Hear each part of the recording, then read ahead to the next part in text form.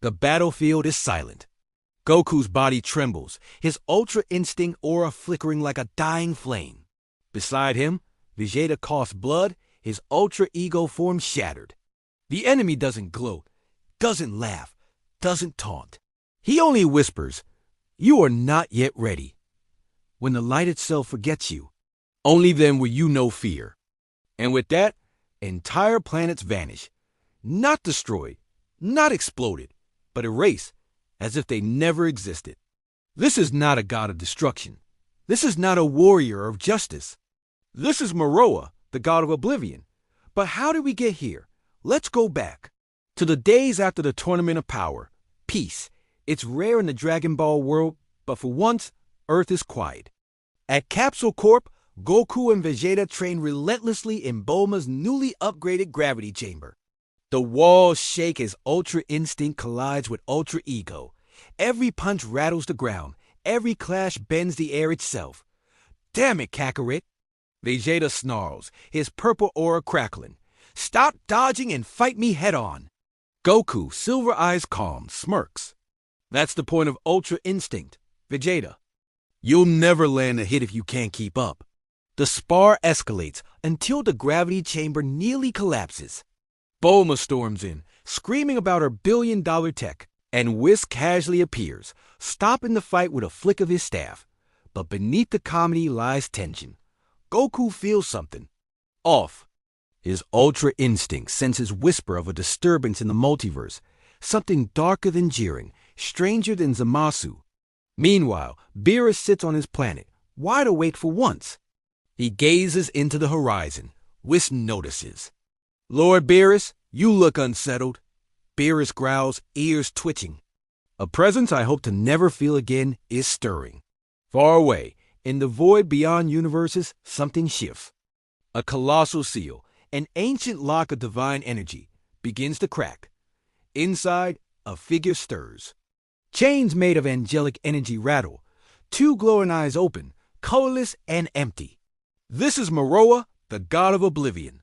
Unlike Beerus, who destroys the balanced creation, or Zeno, who erases with childlike impulse, Moroa represents something older, the unmaking of existence itself.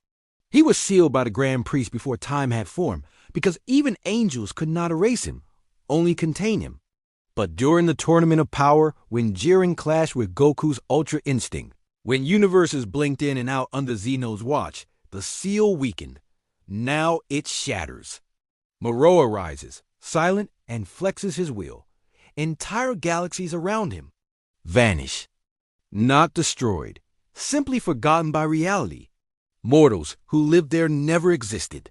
Even gods tremble, because their memory of those universes is fading too. The Grand Priest senses it instantly. His staff quivers. No, this cannot be. The Oblivion God has awakened. Back on Earth, strange phenomena begin. Whole stars vanish from the sky. Astronomers panic. Planets that existed yesterday are gone. Piccolo meditates on Kami's lookout and nearly collapses when part of his memory disappears. He can't recall a region of space that should exist. At Capsule Corp, Gohan visits Goku. "Dad, something's wrong." Even Videl noticed it. Pan drew a star in the sky yesterday, and today. It's not there. Before Goku can answer, Whis arrives. His tone is serious, unusually serious. "Son Goku, Vegeta, your training must stop. A being greater than Zeno has returned." Beerus materializes, arms crossed, face grim. "This isn't like Jiren, or even that freak Zamasu. This is worse. This is Moroa, the god of Oblivion. His power cancels divine ki itself." The Z fighters gather. Goku, Vegeta, Gohan, Piccolo, even androids 17 and 18. For the first time in decades, Earth feels like it's preparing for the Cell Games again. But Whis warns them, even united, you are not ready. You must evolve beyond Ultra Instinct and Ultra Ego. You must find balance between mortal spirit and divine power. The sky rips open. Moroa enters Universe 7. He does not roar, does not taunt. He simply exists. The air grows heavy, colors fade, and even gods feel weaker in his presence. The Z fighters confront him outside Earth's orbit. Vegeta powers into Ultra Ego immediately, launching a final flash with enough force to vaporize planets.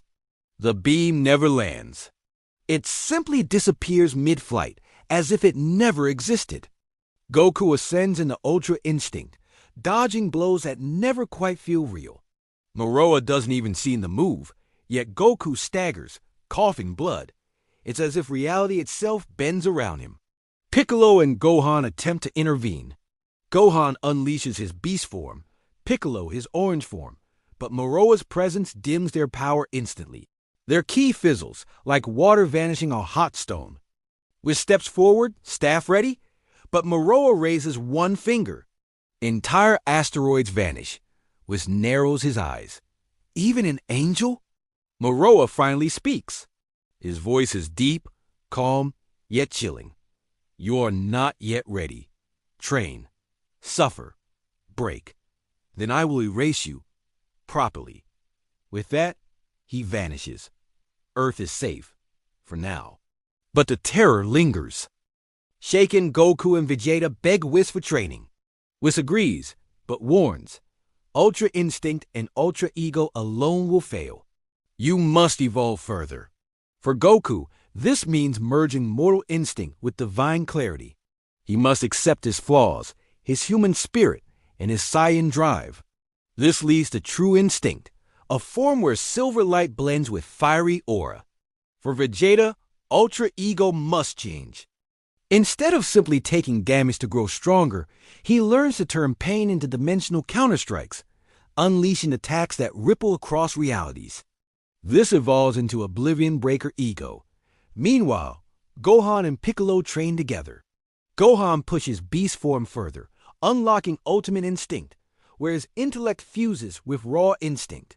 Piccolo learns to channel Namekian godhood, drawing on the memory of his ancestors. Even Frieza senses Moroa. He arrives, smirking. If the multiverse is at stake, I refuse to die without my empire. Despite his arrogance, he secretly fears this enemy, something far beyond his black form. And in Universe 11, Jiren feels the tremor, that power. It dwarfs even mine. If Goku falls, so too does balance. He begins meditating, preparing for war. Moroa returns.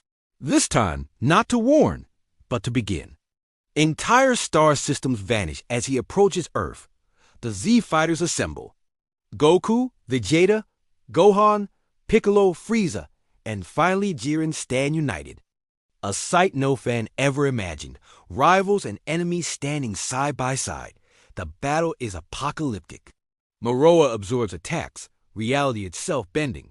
But for the first time, he struggles. True instinct Goku dodges with impossible precision. Vegeta's Oblivion Breaker Ego lands blows that ripple through dimensions. Gohan, in Ultimate Instinct, calculates strategies mid-battle that even Moroa doesn't anticipate. But Moroa laughs softly. You are ants delaying the collapse of the sun. He unleashes his true power, total erasure, where even time begins to disappear. Zeno appears, attempting to intervene, but his erasure fails. Moroa consumes it. The Ami King looks terrified for the first time. The chapter ends with Goku stepping forward, battered but burning. His aura shifts into something unseen before, a fusion of mortal drive, divine instinct, and Saiyan rage. Vegeta smirks, joining him. Kakarot, this time we end it together. The final panel. Goku and Vegeta charging Moroa, light and shadow colliding with Oblivion. And that, Dragon Ball fans, is the beginning of the Oblivion War Saga, a fan-made continuation after the Tournament of Power. A villain beyond gods, a battle across existence itself, and transformations that push Goku, Vegeta, and even Gohan to their true limits. Should I continue this saga with Part 2, the final battle of Moroa? Let me know in the comments.